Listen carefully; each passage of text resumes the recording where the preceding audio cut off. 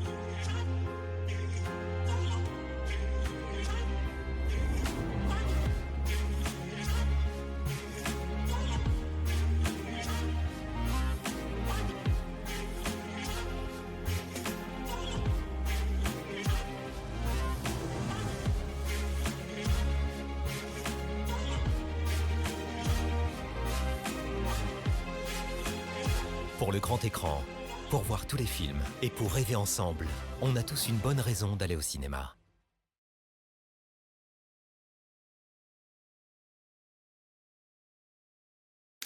Mesdames et messieurs, bonjour.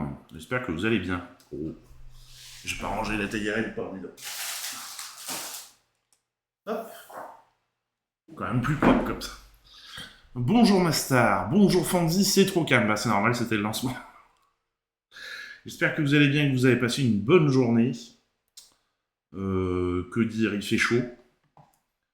Et puis voilà, c'est déjà pas mal. Est-ce qu'ils ont... Tiens, j'ai pas regardé. Est-ce que le NFP a enfin proposé quelqu'un ou pas?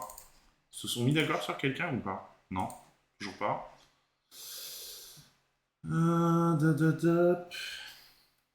On vu la journée du communiste André Chassaigne comme candidat unique à la, dis donc, à la présidence de l'Assemblée nationale. Ah, c'est déjà pas mal, ils ont réussi à s'entendre sur quelqu'un. Pour la présidence, mais a priori, pas beaucoup plus. Anne Hidalgo a tenu sa promesse, elle plonge dans la scène en compagnie de Tony Stanguet. Alors, on lance les paris, en combien de temps vont-ils dépérir? Ouais, bon, bah, pas grand-chose de plus, quoi. Sur l'UMA, peut-être, on aura les gens de gauche mettent de côté les intérêts partisans et les égaux. Oui, bah... Non, ils sont toujours pas tombés d'accord sur un... Bon. Sur un potentiellement Premier ministre. Bon, en tout cas, on n'est pas là pour ça. On est là parce que c'est mercredi. Et mercredi, c'est jour de sortie. Comment ça muter la semaine prochaine? Peut-être. Après, il faut surveiller la mutation si elle est intéressante. Après tout, pourquoi pas? Il y a des évolutions régulièrement. On était des singes, on est devenus des êtres humains. Est-ce que c'est une bonne chose?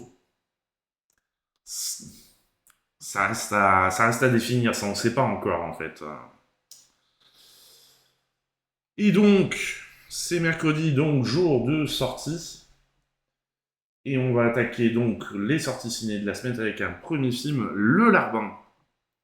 J'ai regardé le réalisateur, ce qu'il avait fait de notable avant, il avait fait Bouléville.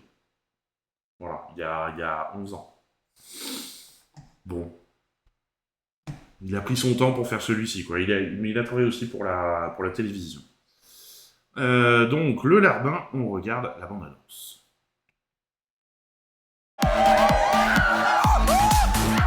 En à peine un mois, c'est la 4e suite d'hôtels qui saccagent. Les images circulent partout sur Internet.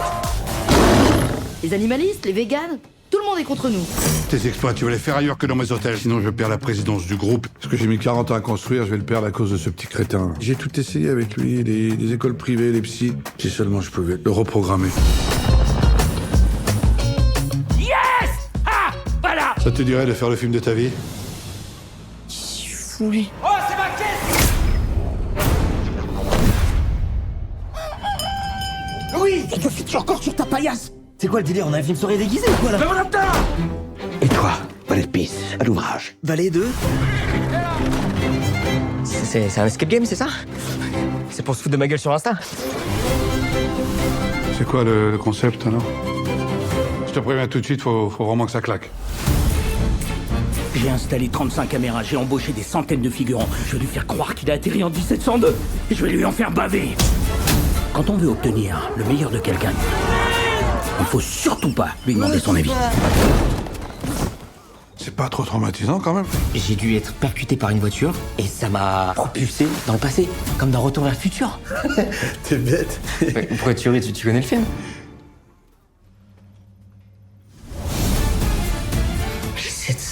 C'est carrément avant la guerre avec les super méchants. Tu sais, avec le petit moustachu, là, elle est nazie. Oh la vache. Il est vraiment con, hein. Voilà. Bonsoir, monsieur Pony. Ça va bien, et toi-même? J'espère que tu vas bien aussi. Bon, je vous cache pas que... J'ai quelques doutes quand même sur le film. Hein. On va pas se mentir. Alors, qu'est-ce qu'on nous dit sur ce fameux film? Naissance du projet, sinon pas tourné pour le cinéma depuis les têtes de... oui, non, ça va pas être la comédie de l'année, je pense pas. Depuis les têtes de l'emploi en 2016, Alexandre Charlot et Franck Magny se sont mis à deux pour le faire quand même. Ont beaucoup écrit notamment les 2 saisons de la série Marianne pour France 2. Marianne, ça me dit quelque chose, mais je sais plus quoi. Ah oui, non, j'ai pas regardé. Je connais pas, s'il y en a qui connaissent. C'est finalement SND qui leur a proposé cette idée de film qui a donné Le Larbin. Il se rappelle. Une idée que nous avons repris à notre manière avec l'envie de creuser le concept de la grande mascarade autour de ce personnage du valet de Pisse. Ça nous rappelait la folle histoire du monde de Mel Brooks, où il y avait un passage avec un personnage similaire à l'époque de Louis XIV. Le Larbin part du principe d'une grande farce dans laquelle un père utilise les moyens du cinéma pour remettre d'aplomb son fils ingérable. Nous y avons vu l'occasion de faire un film sur le cinéma en montrant les coulisses de la supercherie, un peu à la manière du Truman Show. Les références, bon, parce que Mel Brooks, Truman Show, le Larbin, quoi. Pas sûr, hein, des références. Cela nous semblait intéressant de décrire l'envers du décor avec des gens censés jouer des personnages tout en étant très différents dans la réalité. Nous pouvions aussi être dans le passé, puis le contemporain, et parfois dans les deux en même temps. Cette sorte de triple fond constituait un formidable terrain de jeu pour nous. Alors après, c'est vrai que le concept est marrant. C'est pas original, mais c'est marrant. Pourquoi le règne de Louis XIV? Dès le départ, Alexandre Charlot. Ah oui, on est très loin de Truman Show. Oui. Bah déjà, ne serait-ce qu'en termes d'acteurs, parce que bon, Jim Carrey, c'est quand même un excellent acteur. Et Franck Magny ont cherché à faire une comédie populaire. Les Visiteurs a été une référence pour eux, mais dont ils ont aussi cherché à s'éloigner. Au tout début de nos discussions avec Ségolène Dupont et Rémi Gimenez, nos producteurs chez SND, nous avons défini l'univers historique dans lequel nous voulions faire évoluer notre histoire. Assez rapidement, nous nous sommes demandé ce qui était typiquement français et immédiatement visuel pour une comédie. Le Moyen-Âge avait été traité avec les Visiteurs, mais pas le règne de Louis XIV. Alors attendez, parce que ça me pose une question. C'est SND. Ah ouais, ok, je crois que j'avais pas souvenir que c'était SND qui distribuait le film. Je me suis dit, c'est original qui produisent un film mais qui ne le distribuent pas. Ça aurait été marrant. Valet de Pisse, est-ce que ça existe? Louis, le jeune personnage principal, quitte notre époque pour se réveiller à celle du Roi Soleil et découvrir qu'il occupe le poste de valet de Pisse. J'avais pour voisin un universitaire historien originaire d'Angers à qui j'ai demandé conseil. Il m'a confirmé que ce poste avait bien existé. On appelait ça un valet d'aisance, dont le boulot était de recueillir les urines et les selles de son noble employeur. C'est plus joli valet d'aisance que valet de Pisse. Alors avec Franck, nous aimons nous documenter, mais pas trop. Ça nous semble intéressant de savoir que les choses ont bel et bien existé, mais ensuite notre imagination prend le relais. Nous avons donc affublé le pauvre Louis d'un sceau et d'un paravent. Peut-être que les vrais valets d'aisance travaillaient autrement. Pour notre valet de Pisse, c'était parfait. Qui, pour les deux jeunes héros, pour les deux jeunes personnages principaux, Alexandre Charlot et Franck Magny, voulaient deux comédiens peu connus. Ils expliquent: cette idée de découvrir de nouveaux talents constituait un beau défi, et Valérie, la directrice de casting, nous a donc fait une sélection dans laquelle se trouvait Audran. Nous lui avons fait passer les essais, il nous a tout de suite tapé dans l'œil. Son énergie, son charme, son envie étaient évidents. Ce qui est formidable, c'est que pour le rôle de Lisa/Lison, Audran est venu donner la réplique à toutes les actrices que nous voulions tester. Quand Jade Pedry s'est présentée et qu'ils ont commencé à jouer, là aussi c'était une évidence. Alors que les actrices que nous voulions tester sortaient pas la phrase de ce contexte. Que nous voulions rencontrer, je pense que ça aurait été mieux écrit et ça aurait pas prêté forcément à confusion. Audran avait déjà joué dans Les Bracelets Rouges, la série de TF1. Jade fait une pour Disney+, en fait une pour Disney+, et elle a eu quelques jours de tournage, Notre Marianne. Elle a eu quelques jours tournage, Notre Marianne. Allociné, il faut reprendre à écrire. Elle a eu quelques jours de tournage dans notre série Marianne. Ce sont vraiment jeunes comédiens, très professionnels à l'écoute volontaire. Donc, ce sont vraiment 2 jeunes comédiens très professionnels à l'écoute et volontaire. C'est bien, en fait, ça fait un exercice en même temps. Pour nous, c'était un bonheur de les diriger. Après le casting, jamais nous n'avons de doute. Jamais nous n'avons doute sur ce couple de cinéma. Jamais nous n'avons eu de doute sur ce couple de cinéma. Et Audran s'est totalement impliqué sur le film, comme beaucoup de jeunes de cette génération. Il a un enthousiasme extraordinaire. Je ne sais pas combien de kilomètres il a couru. Il a voulu faire ses cascades et monter à cheval. Halluciné, relisez-vous avant de balancer les articles. Un château de contes de fées, par chance, Alexandre Charlot et Franck Magnier sont tombés sur ce domaine qui est l'ancienne résidence de l'évêque de Senlis et qui a l'allure d'un château de contes de fées. Une bâtisse bien verticale avec des tours, il se rappelle. C'est ce que nous recherchions pour notre histoire qui est une sorte de fable. La famille propriétaire nous a formidablement accueillis et nous a même permis de tourner dans cet immense parc d'une centaine d'hectares autour du château. C'est là qu'Ambre a pu implanter ce vrai faux village de paysans où nous avons pu mettre en boîte un nombre incalculable de scènes. Ce domaine était en fait l'écrin rêvé pour l'espèce de boule à neige dont nous rêvions. C'est vrai que nous avons eu quelques suées car la production voulait tourner en Île-de-France et il fallait trouver un lieu qui imprime la rétine du spectateur. À un moment, nous avons même douté y parvenir. Et puis ce château près de Senlis est arrivé avec toute son histoire ancestrale, les cuisines que l'on montre à l'écran datent d'un premier bâtiment en remontant à la guerre de 100 ans, par-dessus lequel au XIXe siècle a été construit une sorte de réplique des châteaux de la Loire avec ses tourelles au toit pointu. Clovis Cornillac extravagant. Clovis Cornillac incarne l'extravagant Chris Palmer, un réalisateur à cheveux longs complètement farfelu, sorte de démiurge d'un monde recréé pour le fils de Cadmerade. Il rappelle fortement Christophe, le créateur de l'émission Truman Show, joué par Ed Harris dans le film culte de Peter Weir. Alexandre Charlot et Franck Magnier racontent, Clovis avait un petit rôle dans notre premier film Maléfique, et nous avions envie depuis un moment de le diriger à nouveau. Là, il a dit oui. Cadmerade en millionnaire. Dans le film, Cadmerade joue Jean-François Castaigne, un milliardaire de l'hôtellerie désarçonné par les frasques de son fils, et qui va imaginer une supercherie historique pour le ramener dans le droit chemin.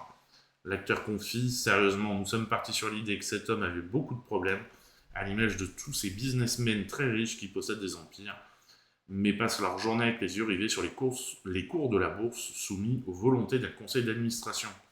La vie de Jean-François Castaigne n'a rien d'idéal ni de simple. Ajoutez à cela cet enfant très compliqué dont il a raté l'éducation. Tu veux pas surveiller les cours de la bourse et réussir l'éducation de ton môme. Comme il a raté son mariage. En fait, voilà, ce personnage est un raté. Et il porte ce bilan d'une vie sur lui avec peu d'étincelles, de joie ou de lumière. Il subit les choses jusqu'au moment où il va décider d'essayer de les changer en inventant une grosse mascarade. Voilà pour le larron. Et je me rends compte que j'ai oublié de remercier Alexouille Lanouille pour le follow il y a 18h, King Lion Hertz pour le follow il y a 20h, et Pilou Piou 59 pour le follow avant-hier.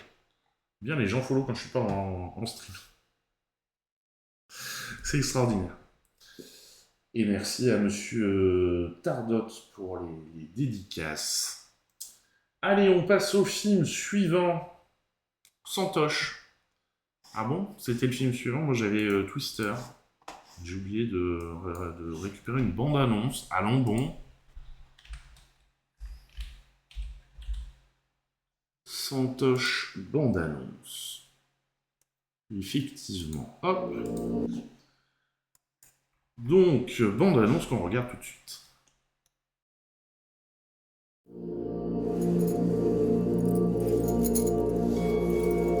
तेरे जैसी औरतों के लिए सरकार की एक स्कीम है जिसे आश्रित कोटा कहते हैं। मतलब कि पुलिस वाले की विधवा होने के नाते तुझे रमन की नौकरी मिलेगी। कॉन्स्टेबल रमन के जैसे।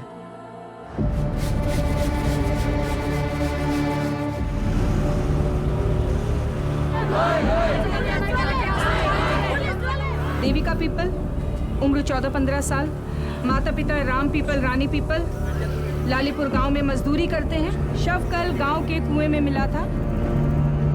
ये कैसे आया यहाँ पे? लाटों ने फेंक दिया। ऐसा क्यों करेंगे वो?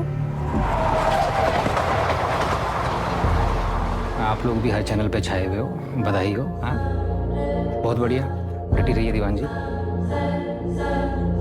आंखें बंद कर, सांस ले, सांस छोड़।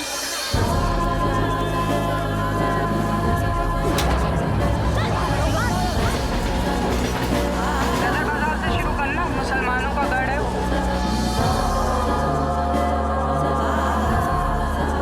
इस देश में दो तरह के छुआछूत हैं। एक वो जिसे कोई छूना नहीं चाहता, और दूसरा वो जिसे कोई छू नहीं सकता।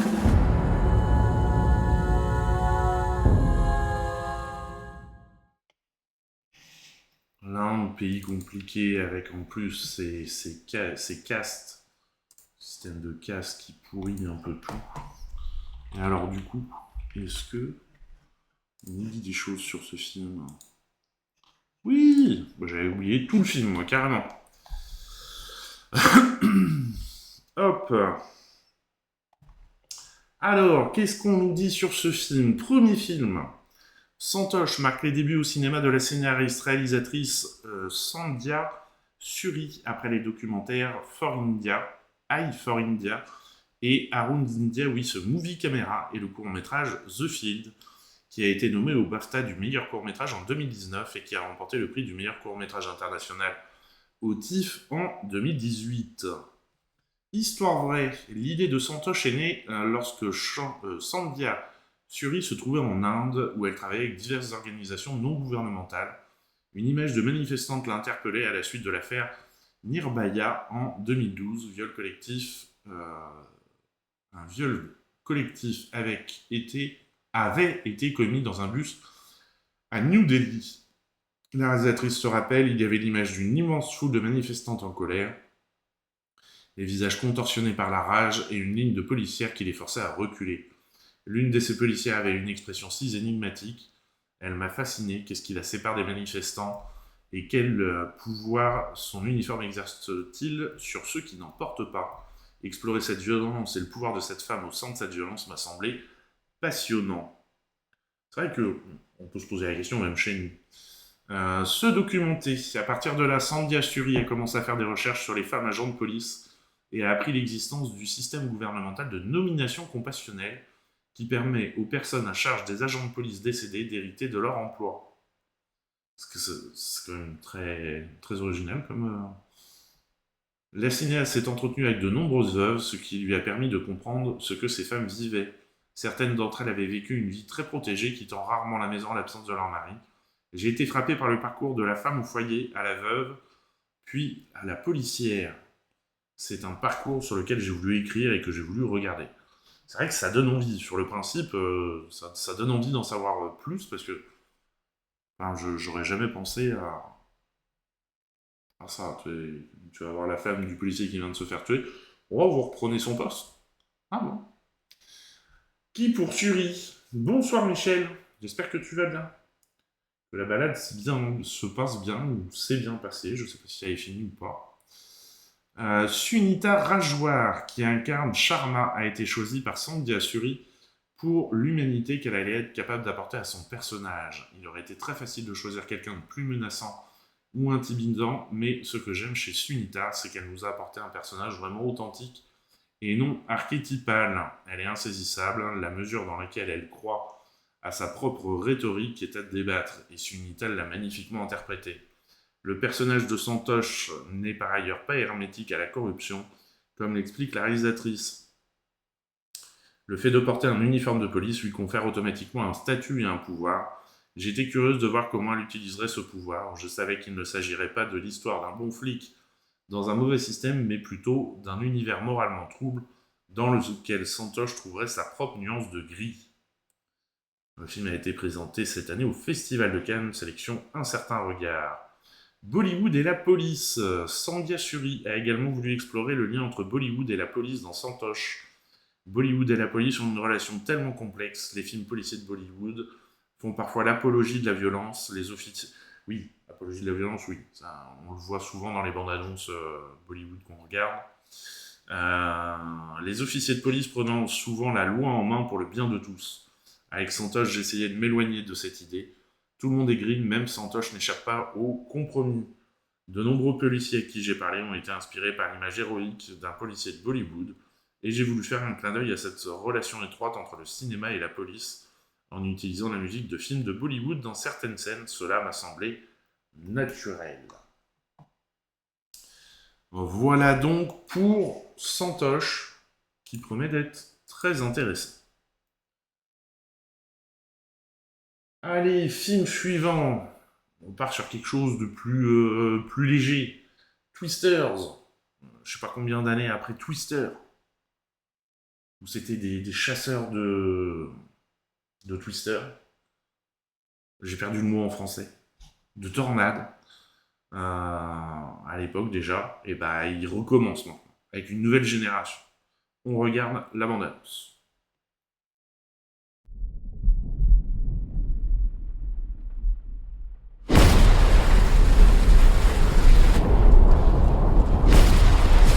Je sais pas ce qui vous arrive dessus, mais c'est énorme et ça va vite. Foncez! Allez, vas-y, accélère!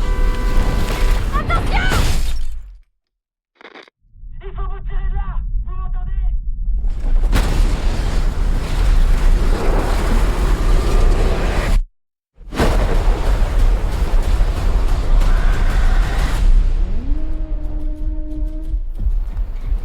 C'est Tyler Owens. Il se fait appeler le dresseur de tornades. Dès que vous la voyez, foncez! J'ai dit dès que vous la voyez, foncez! Que la fête commence!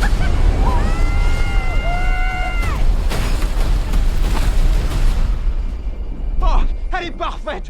Elle est magnifique! Vous pensiez pouvoir détruire une tornade? On n'en a jamais eu l'occasion.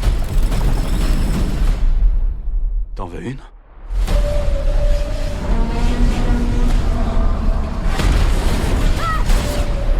On ne combat pas ses peurs.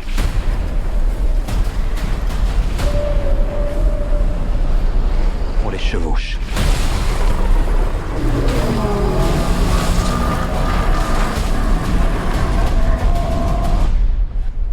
C'est des jumelles! Des jumelles!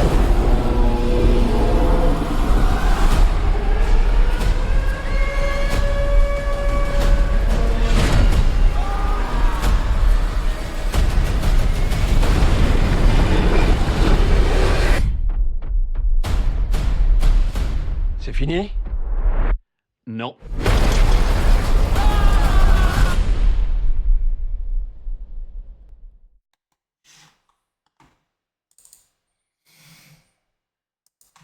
Faut être un peu taré quand même pour aller chasser les tornades. On leur a dit que c'était dangereux quand même ce truc-là.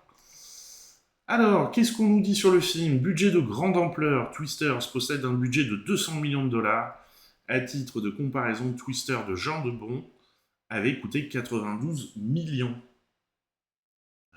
Ça fait, oui, une sacrée... Bah alors, ce qu'il y a, c'est que c'est pas franchement... j'espère aussi qu'il sera aussi bien. Enfin, qu'il sera bien. Mais je sais pas quelle comparaison on peut faire avec celui de 1996. Parce que c'est pas un reboot, de ce que j'ai compris. Plus un genre de suite, je sais pas trop, on va voir s'ils nous en parleront là, tu vois. Un nouveau chapitre, donc on va voir. Ce qu'il faudrait surtout pas, et c'est ça qui me fait un peu peur, c'est que si celui-ci marche, il faudrait pas qu'ils se mettent à nous en refaire tous les 2 ans. Au bout d'un moment, ce serait fatigant. Film lucratif, sorti en 1996, Twister avait remporté un beau succès avec 495 millions de dollars au box-office international dans la deuxième partie des années 90. Le film catastrophe était très à la mode, comme en témoignent des titres comme Daylight, Volcano, Le Pic de Dante, Deep Impact ou encore Armageddon. Visuellement différent du premier. En même temps, les moyens techniques sont différents aussi. Jean de Bon, le réalisateur du film de 1996, a déclaré pour sa part à Inverse ne pas avoir été consulté pour Twisters. a déclaré pour sa part à Inverse, ah oui, c'est le magazine, pardon. Selon lui, ce long métrage sera complètement différent de son film, d'autant plus que la technologie des effets visuels a beaucoup évolué en 28 ans. C'est vrai, il a déclaré à l'époque, quand les choses tombaient du ciel, c'était de vraies choses qui tombaient d'un hélicoptère.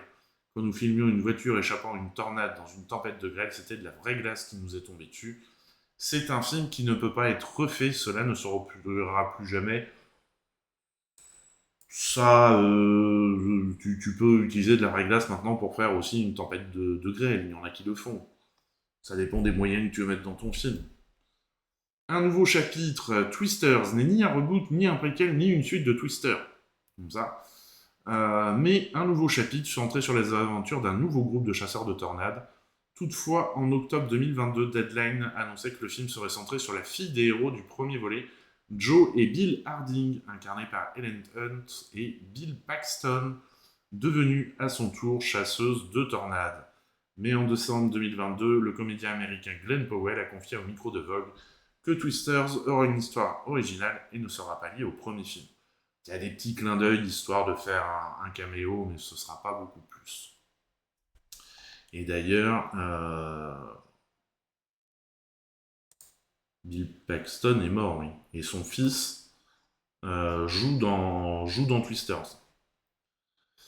Caméra vintage, il est mort d'ailleurs pas longtemps après. Bonsoir Lapin de Komodo, j'espère que tu vas bien. Il est mort pas longtemps après le tournage de Twister. Caméra vintage, le film a été tourné sur pellicule 35 mm. Et ça va les gars, c'est pas si vieux que ça le 35 mm.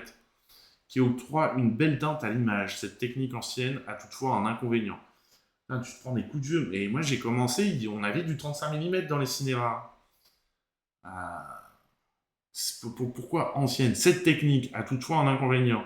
Lee Isaac Chung ne pouvait pas visionner les rushs rapidement car l'Oklahoma a un déficit important de laboratoires de développement capables de travailler dans l'urgence. Les rushs ont donc été développés à Los Angeles, ce qui a empêché le réalisateur de corriger son travail rapidement. Fonzie, tu vas pas me dire le contraire quand même. Toi aussi, t'as commencé avec la pellicule, ça s'est arrêté il n'y a pas si longtemps que ça. Faut arrêter. Hommage aux origines, Twisters est émaillé de références à la première version, avec notamment le prologue qui révèle un Dorothy 2.0, le système de capteur volant utilisé par les personnages d'Helen Hunt et Bill Paxton pour étudier les tornades. Tout à fait d'accord, c'est hiérarchiser les techniques via autre chose que leur utilisation. Voilà, tout à fait, c'est très très bien dit. En outre, la scène du champ de tournesol près de la maison de Kate renvoie également à un plan séquence paroxystique du premier film. Paroxystique. Ah ouais, carrément. Attendez, on va regarder vite fait, parce que paroxystique, là, j'avoue que j'ai pas. Relatif au paroxysme. Ok. On va pas une définition un peu plus... caractère de ce qui est présent des paroxysmes ou se manifeste par des paroxysmes, c'est-à-dire le moment le plus extrême ou aigu d'une sensation, d'un sentiment ou toute autre chose. Ok. Une démarche symbolique pour le chef opérateur Patrick Sullivan, car il avait contribué à planter un vrai champ de tournesol aperçu dans le premier opus. Cependant, pour cette nouvelle adaptation, l'équipe a préféré créer un champ de fleurs artificielles à partir de tuyaux, de PVC et de feuilles peintes, car faire pousser des tournesols allait prendre trop de temps. En même temps, c'est vrai que la graine de tournesol, tu la plantes dans le... Bon, faut un petit moment, quoi. Mais ça va quand même pas... C'est quand même pas si lent que ça. Aller faire ça avec des tuyaux de PVC et des feuilles de... Ouais, bon, pourquoi pas. Machine à blockbuster, la fiche technique et artistique de Twister est digne d'un casting 4 étoiles. En effet, les producteurs Frank Marshall et Patrick Crowley, on entend beaucoup parler de ces deux-là, sont également à l'origine des sagas Jurassic Park, World, Jason Bourne et Indiana Jones, tandis que le producteur exécutif n'est autre que Steven Spielberg. Quand même. Côté scénario, Twisters a fait appel à Mark L. Smith, l'auteur de The Revenant, Oscar du meilleur film. Là, je ne sais pas s'il aura l'Oscar pour celui-ci. Dans ce sillage, le directeur de la photographie Dan Midell a également travaillé sur les blockbusters Mission Impossible 3, Star Trek, Star Wars, Le Réveil de la Force, tandis que le compositeur Benjamin Wallfisch compte dans son CV la musique de Blade Runner 2049. Donc effectivement, ils se sont donné les moyens que leur film ait un minimum de chance au box-office. Bon, en même temps, on rappelle le budget, 200 millions de dollars.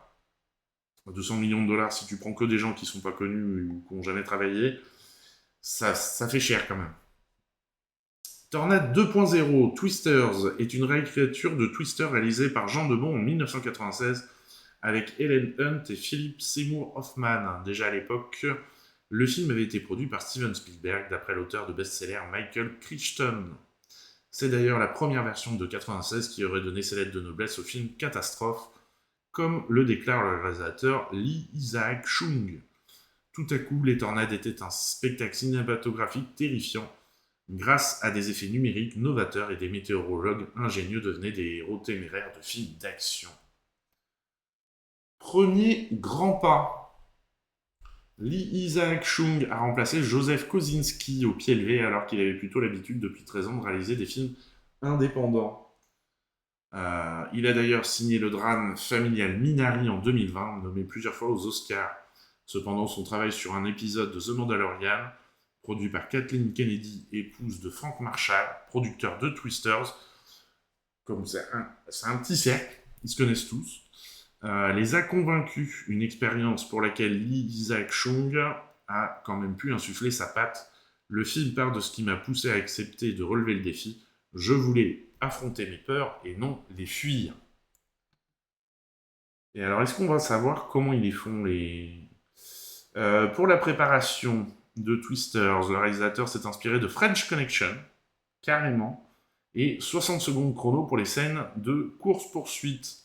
Il a également souhaité montrer la même Amérique que de la dernière séance de Peter Bogdanovich, pardon. Je ne sais pas pourquoi je bloque sur ce nom, il n'a rien d'extraordinaire.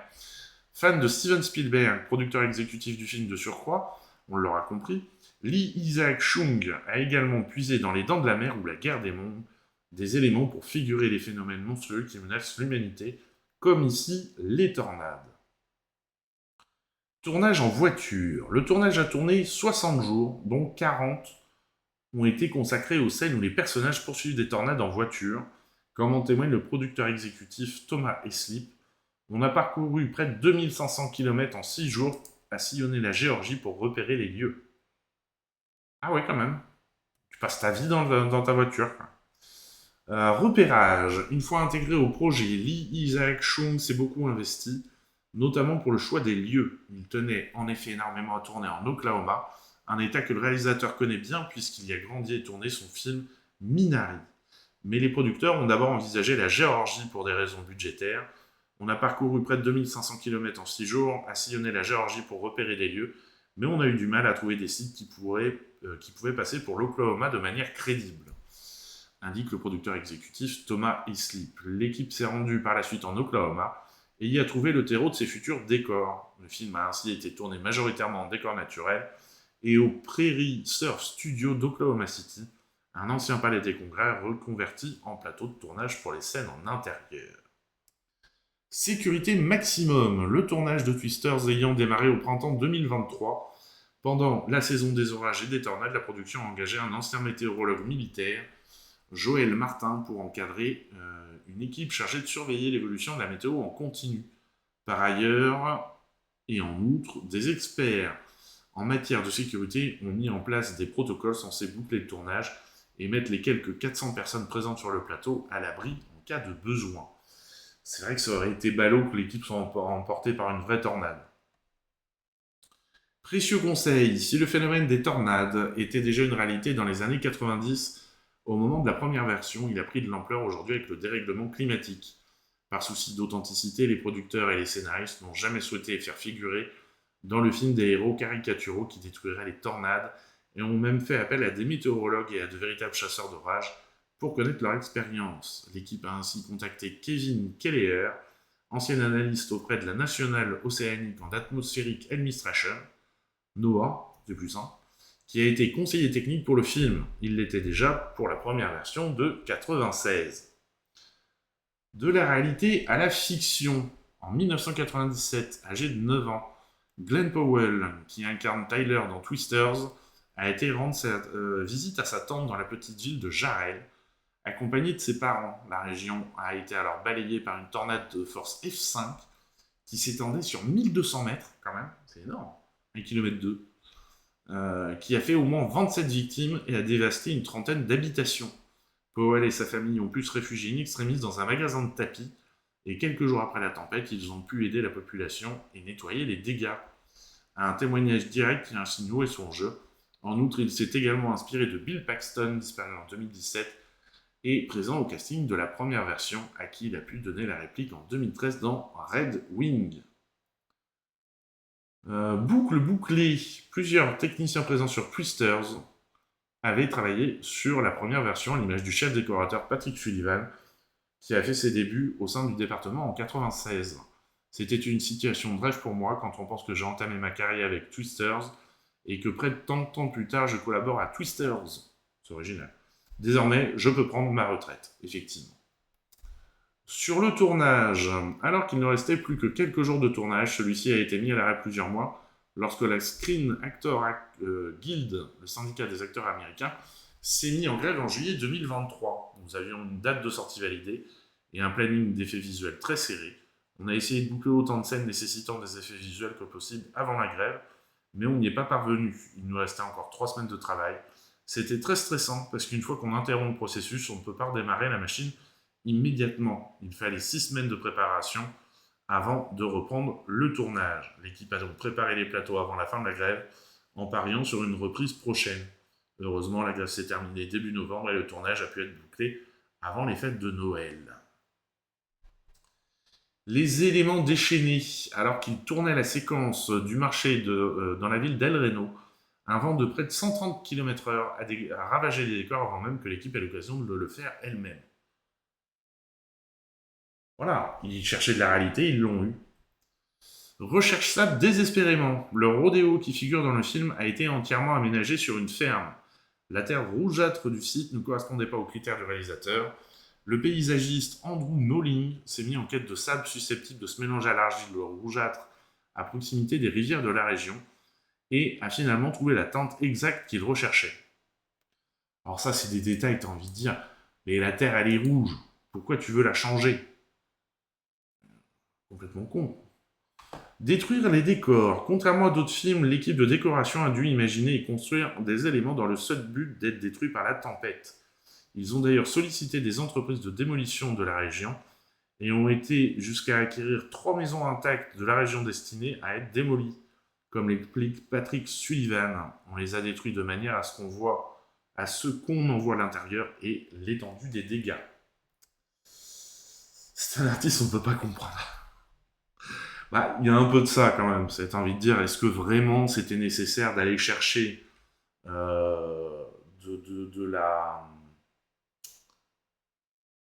du sable au bord d'une rivière à côté, où tu fais chier des petits oiseaux, des petits pupious qui vivent là. Bon, effectivement, non. Voilà, on va pas essayer de comprendre. Allez, film suivant qui sort cette semaine, Dîner à l'anglaise. Si vous aimez les comédies britanniques, les comédies noires britanniques, ce film est fait pour vous. Moi, j'ai passé vraiment un bon moment devant et je sais que le collègue avec qui je bosse l'a bien aimé aussi. On regarde la bande-annonce. Hey, they're bringing Jessica. Why are they bringing Jessica? I wanted this evening to be special. I hear your book's doing well. I've read it. Brilliant. We're having to sell the house. What? Believe it or not, other people have problems, real problems.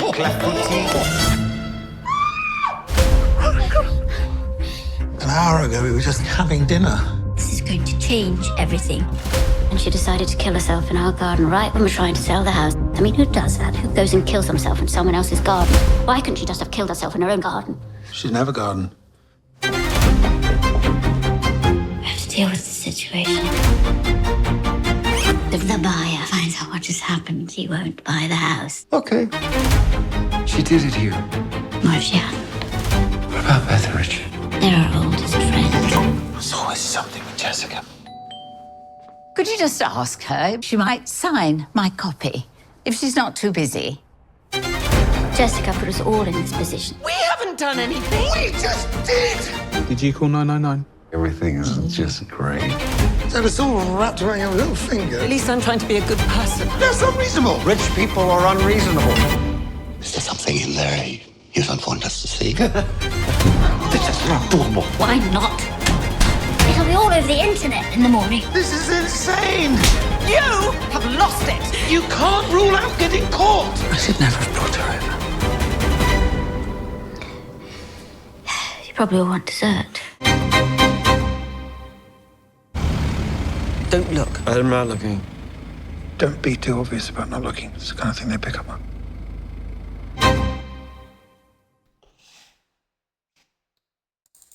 Voilà. Pour cette bande-annonce. Alors, qu'est-ce qu'on nous dit sur le film? Naissance du projet. Il y a quelques années, 2 hommes que Matt Wynn connaissait se sont suicidés exactement de la même manière, en se pendant à un arbre dans les jardins d'autres personnes. T'imagines quand même le truc, tu t'es invité chez quelqu'un, et pendant qu'il a le dos tourné ou qu'il est parti chercher la salade de patates, t'en profites pour te pendre à l'arbre. Alors déjà que le suicide, pour les proches, ça doit pas être évident à vivre. Mais là, en plus, tu le fais chez quelqu'un d'autre. Là, la notion d'amitié... Ces histoires presque identiques étaient choquantes, mais pour moi, elles avaient une résonance particulière parce qu'une de mes amies s'était suicidée de la même manière quelques années auparavant. Ah mais en fait, une manie. La seule chose que je sais de cette expérience, c'est qu'il n'est pas facile de s'en remettre. Tu m'étonnes. Le suicide laisse des traces terribles, en particulier dans la vie de ceux qui restent. J'ai commencé à me demander comment ces 2 suicides avaient affecté la vie des propriétaires de ces jardins. Cela m'a semblé être un point de départ intéressant pour une histoire. Non mais c'est pas un signe de stabilité. On peut avoir des doutes. Personnages. Les 2 derniers courts-métrages que Matt Wynn a réalisés, The Bruncher et We Are Happy, étaient des comédies d'observation sur les classes moyennes du nord de Londres. Ne pas acheter une maison à jardin. Ou alors, si t'as déjà... Parce que moi j'ai déjà la maison avec le jardin. Je vais couper les arbres. Comme ça... peuvent pas se pendre. Ils confient. Leurs histoires n'ont jamais porté sur des situations de vie ou de mort. Finalement, peu de choses dans la vraie vie le sont vraiment. Quand on a un toit au-dessus de la tête, un travail, un peu d'amour, un certain degré d'estime de soi, on passe le plus clair de son temps occupé par les petites choses du quotidien. Ou ne pas avoir d'amis. Ah, c'est vrai quoi. Faudrait que je me fâche avec du monde. Ouais, c'est quand même bien les amis. Mais avec Dîner à l'anglaise, je voulais explorer un groupe de personnages dont les vies sont plutôt parfaites vues de l'extérieur, jusqu'à ce qu'ils soient frappés un jour par un événement qui change radicalement leur vie. Angle. Avec Dîner à l'anglaise, Matt Wynn a cherché à représenter 4 personnages à la manière de couples mariés qu'il connaît bien, en les plaçant sous un microscope après un événement traumatisant. Le metteur en scène précise comment s'en sortent-ils, leurs valeurs civilisées les maintiennent-ils sur un pied d'égalité ou se transforment-ils en monstres? Je voulais que le public réfléchisse à la question « Que ferions-nous si les objets brillants de notre vie quotidienne, une maison confortable, une voiture dans le garage, des vacances, 1 ou 2 fois par an disparaissaient brutalement? Que se passerait-il si quelqu'un menaçait de nous les enlever? Si vous deviez tout perdre, que seriez-vous prête à faire? J'ai décidé de faire une comédie très noire pour trouver la réponse. Et personnellement, j'ai trouvé le résultat très réussi. Vraiment passé un beau moment devant. Il y a des rebondissements réguliers, ce qui fait qu'on ne s'ennuie pas. Et il a pensé à des situations que personnellement j'aurais pas pensé et qui m'ont beaucoup fait rire. Malgré que ça commence par un suicide. Voilà. Allez, film suivant. Presque légal, dont on regarde la bande-annonce. Ouais. On fait un double des clés et on fait tourner la boutique de nuit. Il y aura bientôt que des touristes ici. avec une seule idée en tête, faire la fête. Nous, on va leur donner ce qu'ils veulent. On monte une petite équipe et on vend notre propre marchandise. Un individu se serait introduit dans votre commerce pour faire des mots croisés. Des mots fléchés. Vous voulez m'aider, oui ou merde? Putain les gars, j'ai des flics à environ 4 km. Ça joue à Fast and Furious. C'est pas un braquage. C'est un travail. Tu crois que je sais pas ce qui se passe ici? Rien de tout ça n'est complètement illégal. Si, c'est complètement illégal. Non, t'inquiète. La police aussi a le droit de rigoler, madame. Oui. Ouais.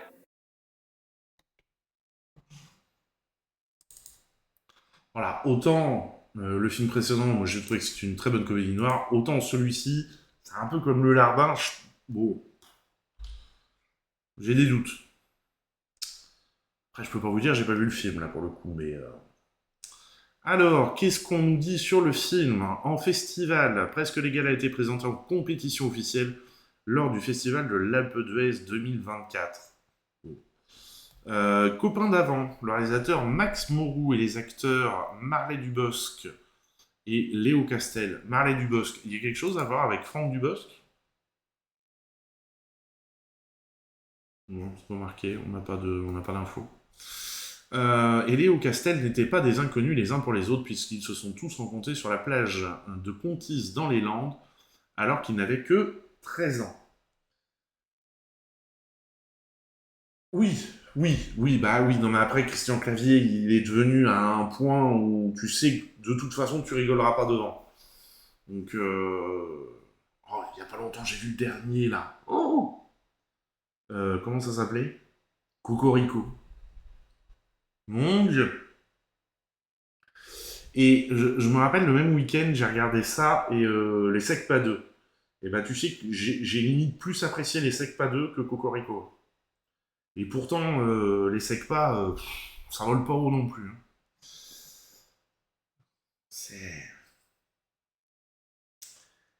Et malgré tout, il y a un public. C'est ça qui est dommage, parce que les films de Christian Clavier, maintenant, ça tape, là, c'est les blagues racistes et tout, ça commence à bien faire, quoi. Ça devrait être interdit, des scénarios comme ça et des dialogues comme ça, c'est inadmissible. Léo, lui, avait 4 ou 5 ans de moins que ses comparses, mais s'est lié d'amitié avec eux. Si le cinéaste a fait la connaissance de Joseph Pierre dans le cadre de son premier court-métrage Danemark, il n'est pas si éloigné de la plage de leur enfance. J'ai appris plus tard qu'il avait aussi passé ses vacances à Contis-Plage. Il n'y a pas de hasard, on est devenus amis au fil du temps grâce à Contis-Plage. Du coup, Rollon, Presque Légal est l'adaptation du court-métrage de Max Moreau appelé Danemark. Au départ, il devait relater le braquage d'une épicerie, mais le réalisateur trouvait l'idée trop violente, comme il l'explique. À partir de là, j'avais trouvé mon sujet. Des jeunes branleurs entrent dans le monde du travail par effraction. Ce qui est un peu le cas d'une équipe de jeunes faisant un court-métrage non payé, qui finit par devenir un long. Presque Légal se présente ainsi comme une parodie de film de braquage. Histoire personnelle, Max Moreau a mis beaucoup de lui dans ses personnages et raconte. Mes 3 héros, surtout Marley, Joseph et Léo, sont très inspirés de mon expérience et de mes amis d'Arcachon. La grand-mère, par exemple, est très inspirée par celle d'un très bon ami, chez qui nous passions nos journées à glander. Elle est maintenant décédée, mais elle allait jusqu'à faire pousser l'herbe de mon copain. En même temps, qui c'est qui va soupçonner la grand-mère?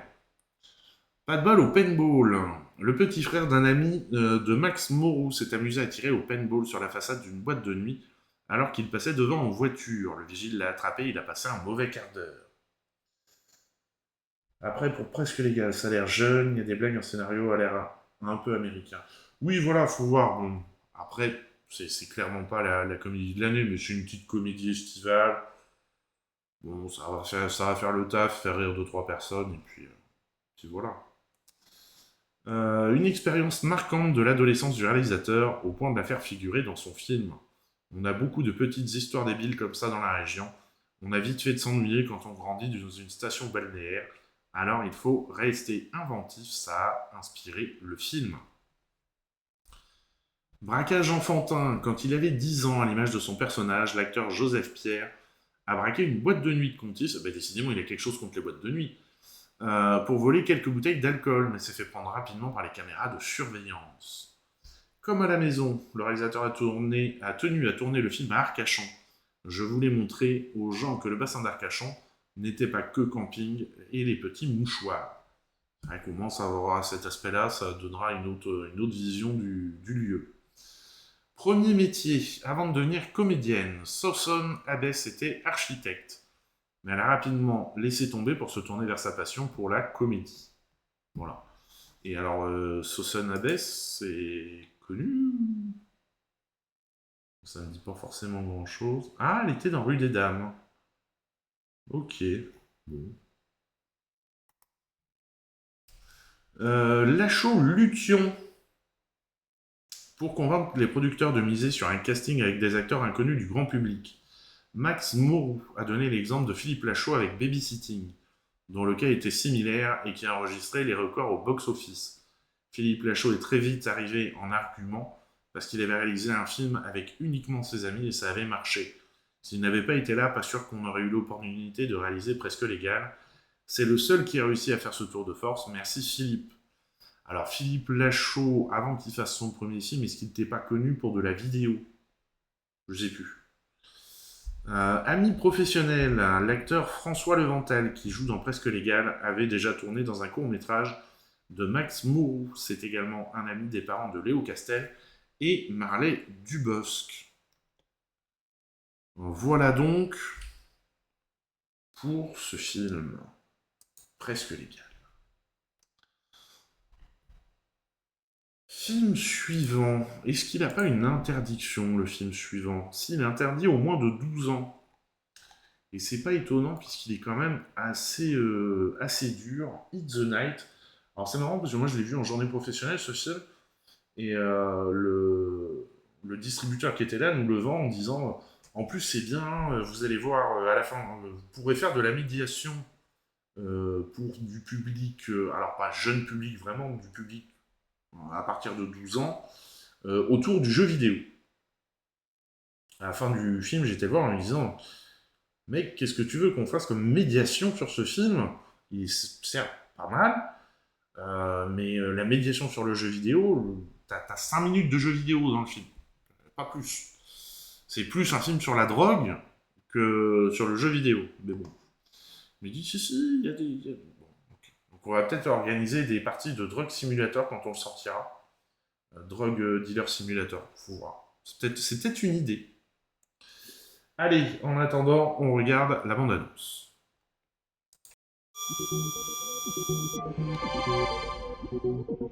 Darknown a toujours été là.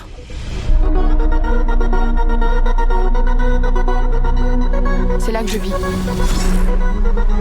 Je m'y sens mieux que dans ma propre ville.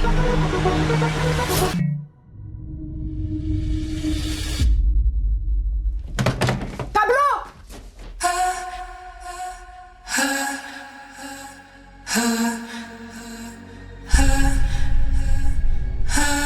Je m'appelle Pablo. Night.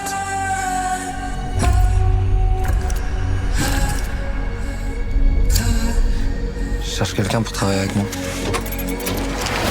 Ça rapporte ton truc? Pas mal, ouais.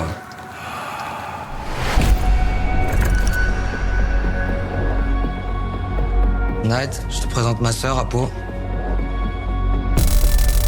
Alors il y a un mec, on sait pas d'où il sort, il vend sur mon territoire. Pourquoi tu fais ça? Un jour ou l'autre, ça va se retourner contre toi.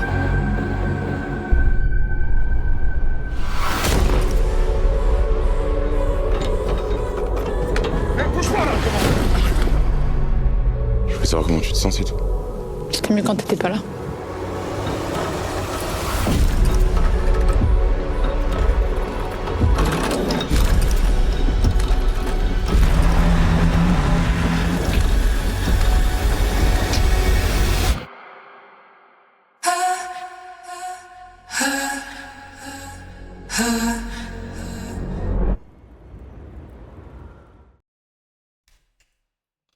Voilà, par exemple, pourquoi ils ont mis cette image de fin sur la bande-annonce, je sais pas.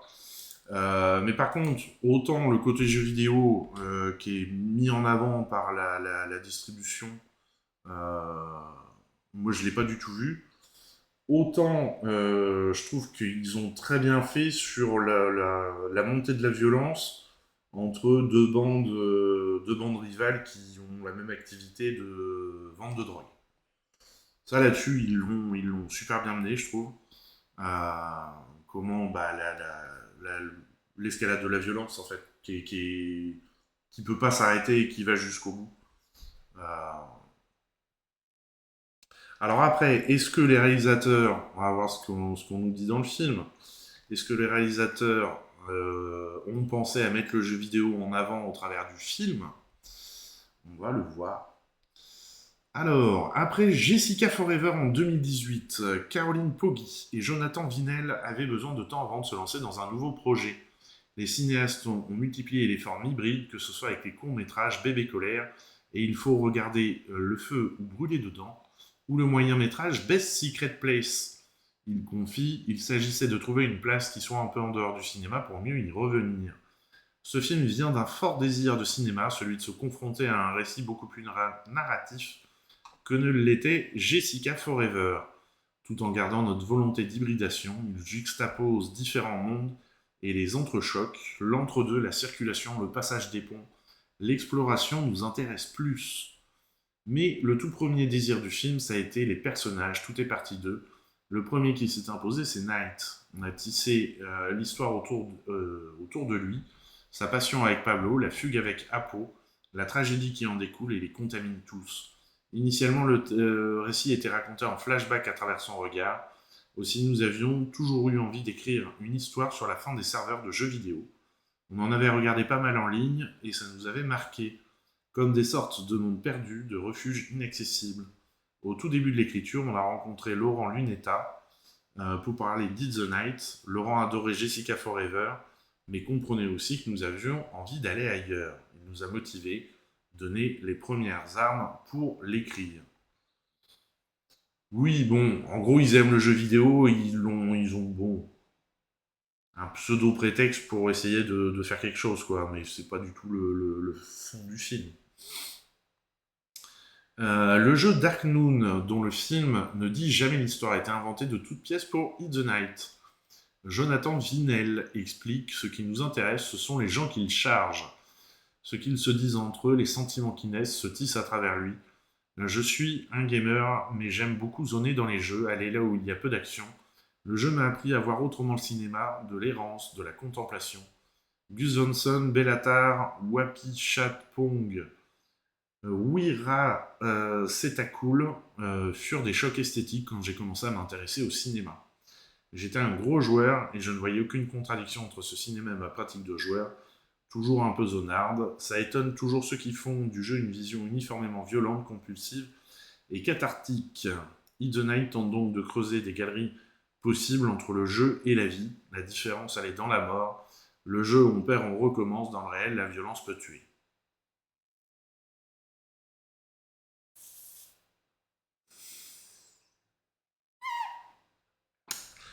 Ouais. Alors, pour le coup, tente de creuser des galeries possibles entre le jeu et la vie. Je suis pas convaincu. Je suis pas convaincu. Bon, ok, le jeu, on perd, on recommence. Dans le réel, la violence peut tuer, oui. Pas convaincu.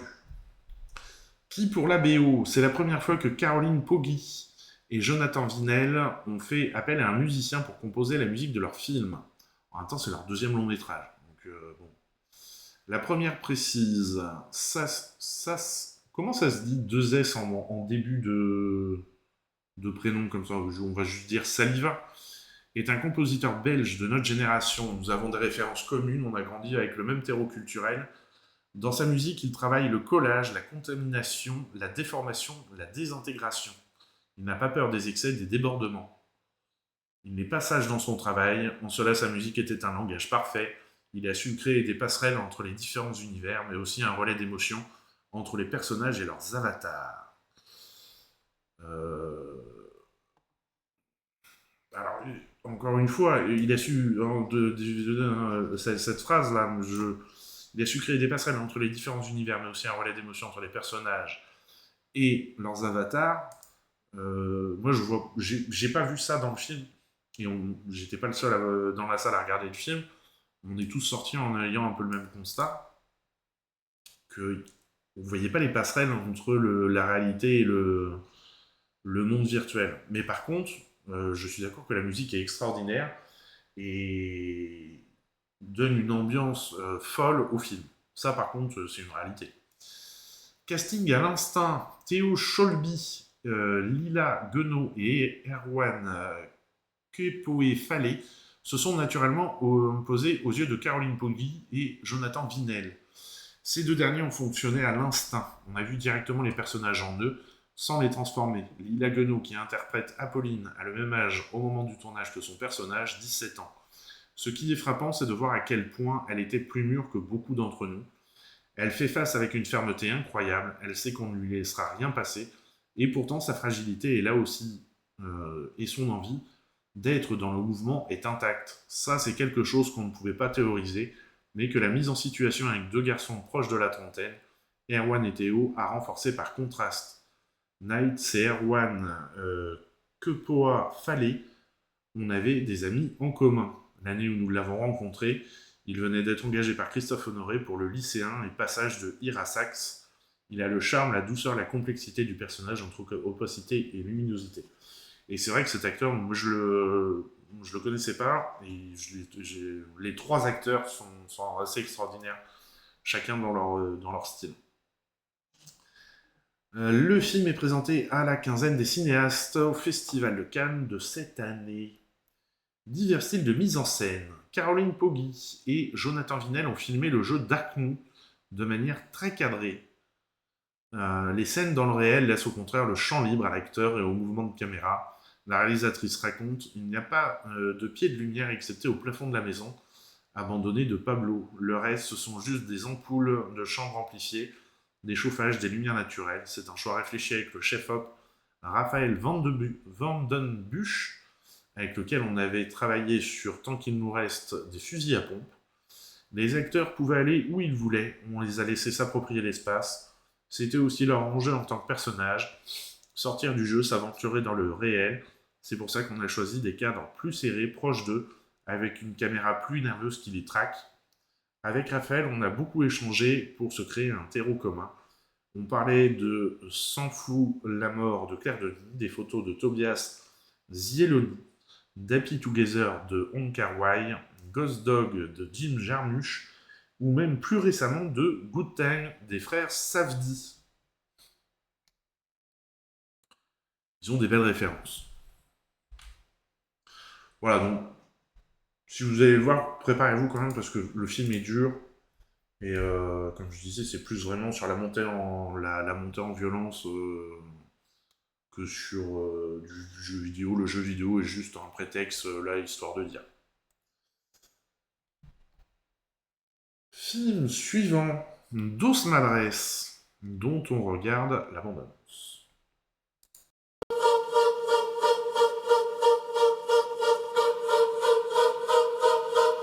Esta es una historia de violencia, de rabia y de violencia. Alguien pierde a alguien. Alguien busca a alguien el resto de su vida.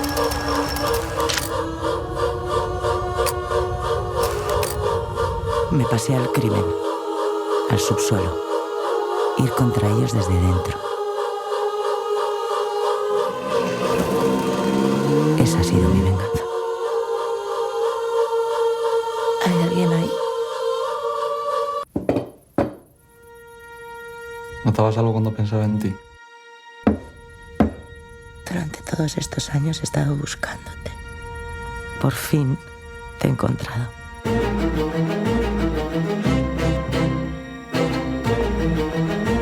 ¿Sentías que yo estaba vivo en alguna parte? Sé cómo te sientes ahora. A mí también me han engañado. Necesito hacer esto por Ego. Y por ti.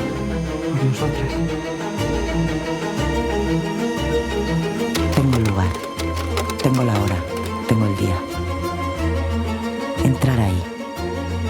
llevarse todo. Desaparecer.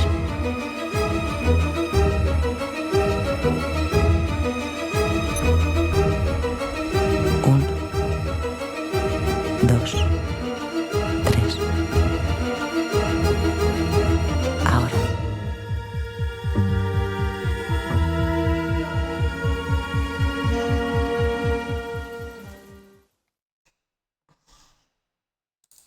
Voilà pour ce film inspiré de faits réels. Effectivement, on pense souvent plus aux enfants kidnappés, oui, détournés de leurs parents en Amérique du Sud. Mais toutes les dictatures du monde l'ont fait, et en Espagne, ça a été fait aussi.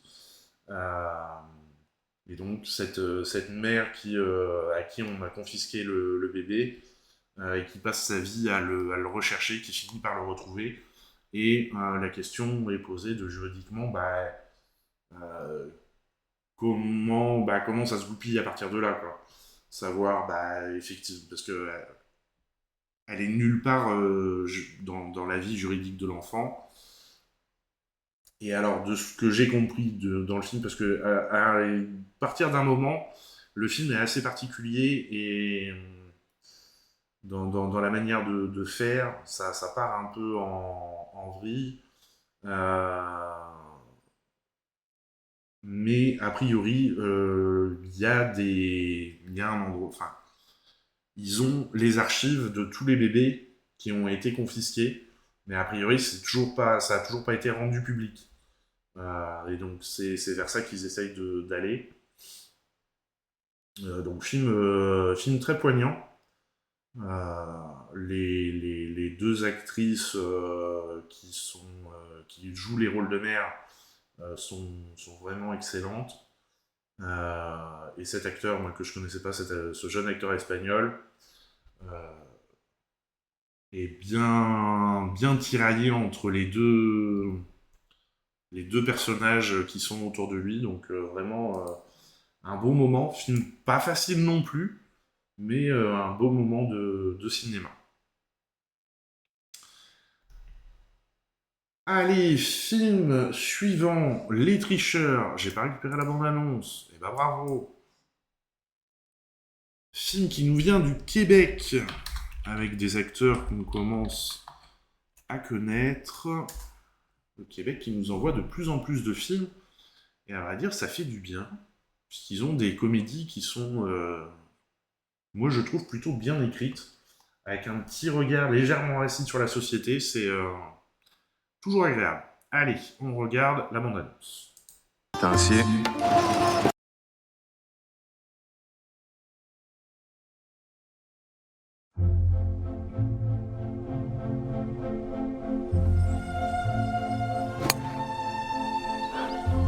C'était parfait, ma chérie. Il paraît que les dauphins peuvent essayer d'avoir des relations sexuelles avec leurs entraîneurs. Toi, un dauphin, ça te tenterait? Et que t'en dis des niaiseries. De toute façon, je t'aime pour ton corps. André a des problèmes d'impulsivité. Moi, c'est Michel. Je travaille à mon compte. Je fais de la réno. Un homme, c'est comme un attelage à 3 chevaux. Le pouvoir, la violence, le sexe. Moi, c'est quoi mon cheval? Tu l'as senti comme moi, la chimie entre nous deux. Moi aussi, tu me donnes des frissons. Ça fait longtemps que tu lui donnes des frissons. On apprend beaucoup sur un homme en jouant au golf avec lui. 28 mois de pénitencier. Ses pupilles sont dilatées quand il parle. C'est l'adrénaline qui fait ça. Évacue la tension. C'est ce que t'es. Un tricheur. Ah ben, tabarnak.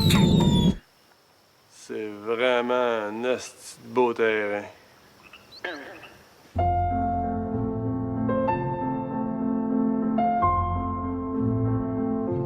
OK, c'est une métaphore. Tout est une métaphore, Michel.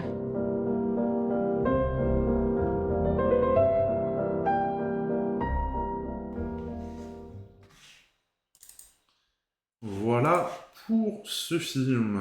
Malheureusement, j'ai pas beaucoup plus d'infos à vous donner dessus. Mais la bande-annonce, en tout cas, donne envie. Et puis, il y a des acteurs comme Steve Laplante, entre autres, j'ai pas le nom de tous les acteurs en tête, mais Steve Laplante, qui est aussi réalisateur, ça fait un ensemble de choses qui fait que ça donne plutôt envie de découvrir pour passer un bon moment. Film suivant, Karma Police. On regarde la bande-annonce. J'ai réfléchi et je me dis, peut-être que je devrais apprendre un autre métier en fait. C'était pas ta vocation? Régler les problèmes des gens. J'ai entendu des cris. Ah, c'est pas ici. T'es nouveau dans le quartier? On pourrait bosser ensemble. Les gars comme moi, ils ont besoin de gars comme toi. Les gars comme toi, ils ont besoin de gars comme moi. Toi, je suis un bienfaiteur. Je suis en service, tu vois. T'es un dealer? Alors déjà, de 1, je deal pas. Et de 2, tu gardes ta morale pour toi. C'est un dangereux, tu sais. Bon, je sais pas ce qui t'est arrivé. Mais sur le terrain, il y a personne qui est épargné. Même pas un idéaliste comme toi. Fais attention à pas en foutre partout. On va faire exploser son karma.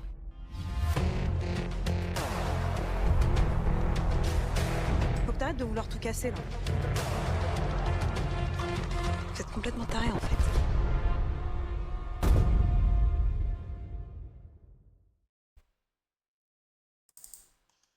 Voilà donc pour cette bande-annonce.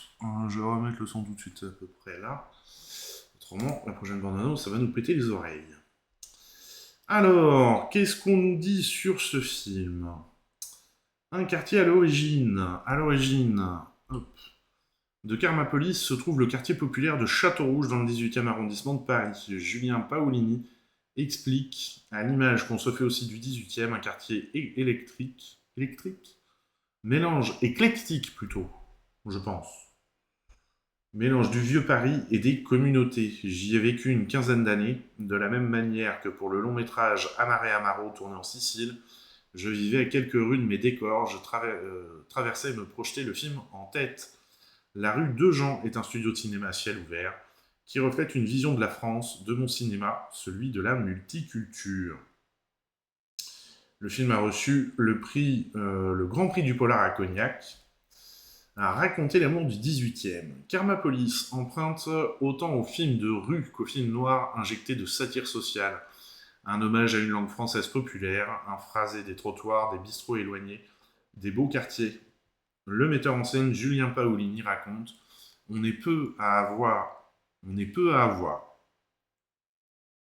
Ok. La rumeur avec les derniers Parisiens et rue des Dames et Clément Cogitor dans Goutte d'Or, Claude Berry dans Ciao Pantin. Il manque quelque chose, clairement. J'ai passé des années dans un centre social près de Marcadet. Mes films prenaient des années à se lancer, je traînais dans les rues comme Angelo. Au centre, je côtoyais des personnages plus vrais que nature avec qui je me suis lié.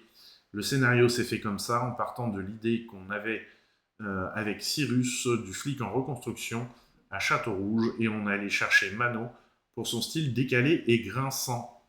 Ce qui me passionne dans le Paris des communautés réside dans l'organisation alternative qui s'y opère naturellement. C'est un endroit où la société est en mutation. Bon nombre n'ont pas de protection sociale, les économies souterraines sont très présentes, surtout post-Covid. Et même si l'application de l'ordre public n'est pas dénuée de dérives, son absence en engendre d'autres des dérives, bien entendu. La clé pour vivre ensemble, je crois dans l'action individuelle et dans l'humanité de chacun. L'humanité de chacun, quand on voit les dernières élections. Retrouvailles. Karma Police possède dans son casting 2 acteurs ayant joué un rôle clé dans le film de banlieue culte Les Misérables de Lajli, Alexis Mananti et Steve Tiencheux, qui sont le policier Chris et le maire. Influence BD. Karma Police puise dans la bande dessinée avec des influences du côté de Charles Burns, Trondheim, Sfar ou encore Larsenet. Sfar? Non. Ah ouais? Moi j'ai pas vu du Sfar là-dedans. Julien Paolini. Oui, c'est ça, Paolini explique. La bande dessinée peut en un instant transcender les symboles, comme le dit Villeneuve, la forme aussi est substance. Karma Police comme Black Hole parle à l'âme, au subconscient. Un film de chaman, les spectateurs m'en reparlent différemment des mois après visionnage. Ils finissent par adhérer à la vision de Angelo. Cette part fantastique se rapproche du réalisme magique. Le film oscille entre deux mondes. Effectivement, on peut imaginer des rapports avec la BD, mais la BD de Johannes Farb, je vois pas tellement en quoi. Mais bon. Si c'est lui qui le dit, c'est pas une analyse. Allez, avant-dernier film de cette semaine du 17 juillet, Mad Fate. La nouvelle bombe du réalisateur de Limbo et City of Darkness, dont on regarde la bande-annonce. Je vérifie juste une chose avant. Il doit y avoir très certainement Mad Fate. Mad, pas masse. Il doit y avoir très certainement une interdiction. Oui, voilà, le film est interdit au moins de 12 ans. Voilà, sachez-le. La bande-annonce, c'est parti.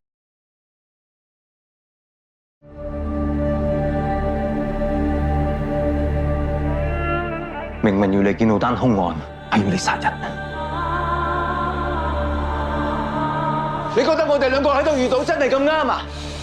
見到兇手殺美美姐又係咁啱啊？係個天啊！個天啊！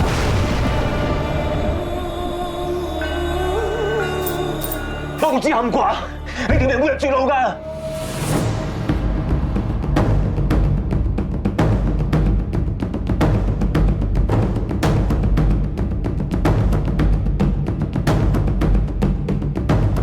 紅筋貫穿眼球啊，叫隻物貫精，嗰時你會殺人㗎。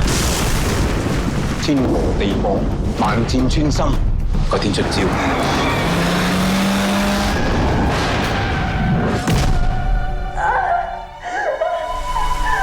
殺人啊！上面殺緊人啊！你兇手！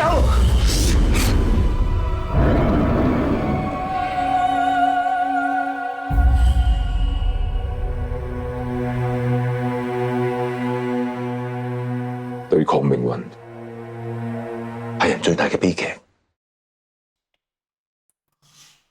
Voilà, et on voit comme dans Limbo et City of Darkness, il attache une très grande importance à l'esthétique de ces images, de ces lumières. Donc je pense que si vous avez aimé ces deux premiers films, on est dans la droite lignée. Violence,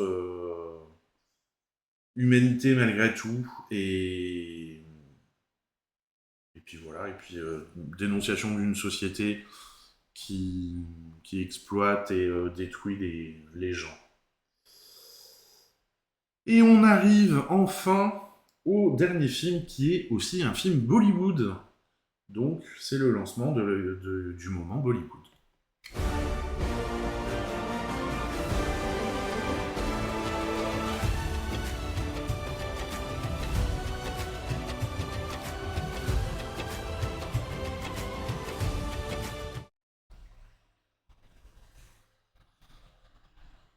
Avec une seule sortie cette semaine, mais qui a l'air marrante. Bad News. Et pour une fois, il y a des sous-titres. On regarde la bande-annonce.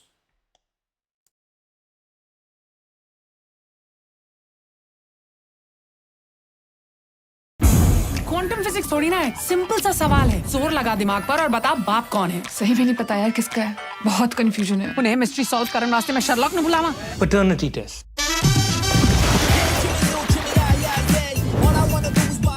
@अखिल चट्टा सब तो बड़ा ऐड कर लेना। अखिल, I am pregnant. कमाल हो गया। तुझे पैटर्निटी टेस्ट करवाना है। ले बच्चा मेरा ही है और किसका होना है? तुझे बड़ा कोई ऋषि मुनि खीर खिला गया? हाँ? खिला गया क्या? ये ना थोड़ा T20 की तरह हो रहा है। मैं ना थोड़ा टेस्ट क्रिकेट का फैन हूँ। आई लाइक चेतेश्वर पुजारा। मतलब तूने स्टार्टर वहाँ खाया और मेन कोर्स मेरे साथ किया?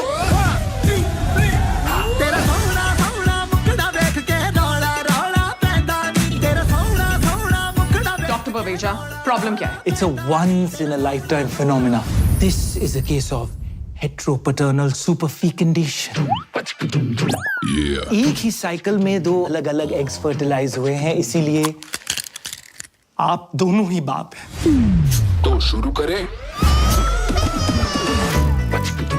क्या तुम खिचड़ी पका रहे हो साथ में है? कितने पैसे खिलाए तूने डॉक्टर को? बात समझ, तेरा मैच टाई हो गया है। ऐसे कैसे टाई हो गया यार? टाई सुपर ओवर करवाओ आप।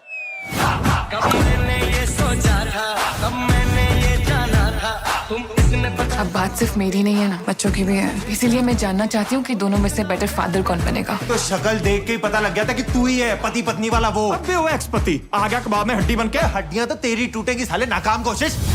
फैसला तो अब भी के अब भी होगा ऑन द स्पॉट।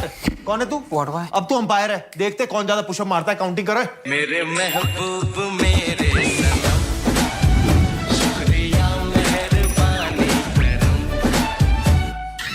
अरे मेरा टॉवल टॉवल कौन शेयर करता है यार? अरे बच्चे कौन शेयर करता है यार?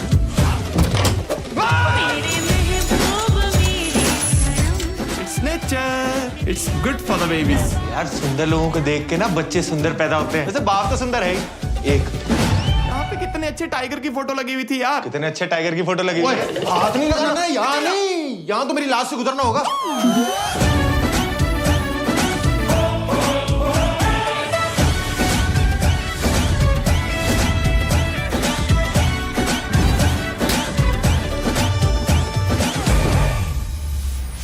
तुझसे बात करनी है मैन टू मैन। मुझे पता था तू आएगा, कॉम्प्रो करना है।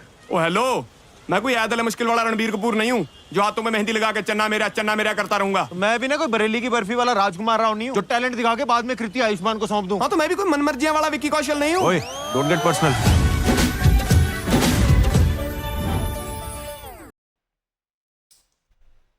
Voilà, ouais, il est marrant.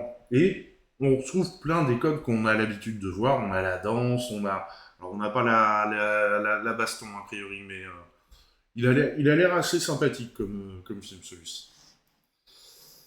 Voilà, on arrive donc à la fin de cette émission. J'espère qu'il y a des films qui vous ont plu. Chez qui je vais vous envoyer? Chez qui? Bonne soirée Michel.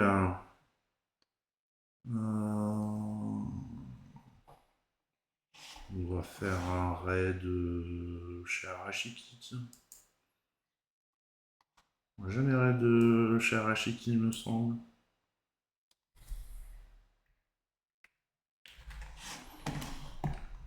Je vais vous envoyer chez lui. Qu'est-ce qu'il fait? Octopus Traveler 2.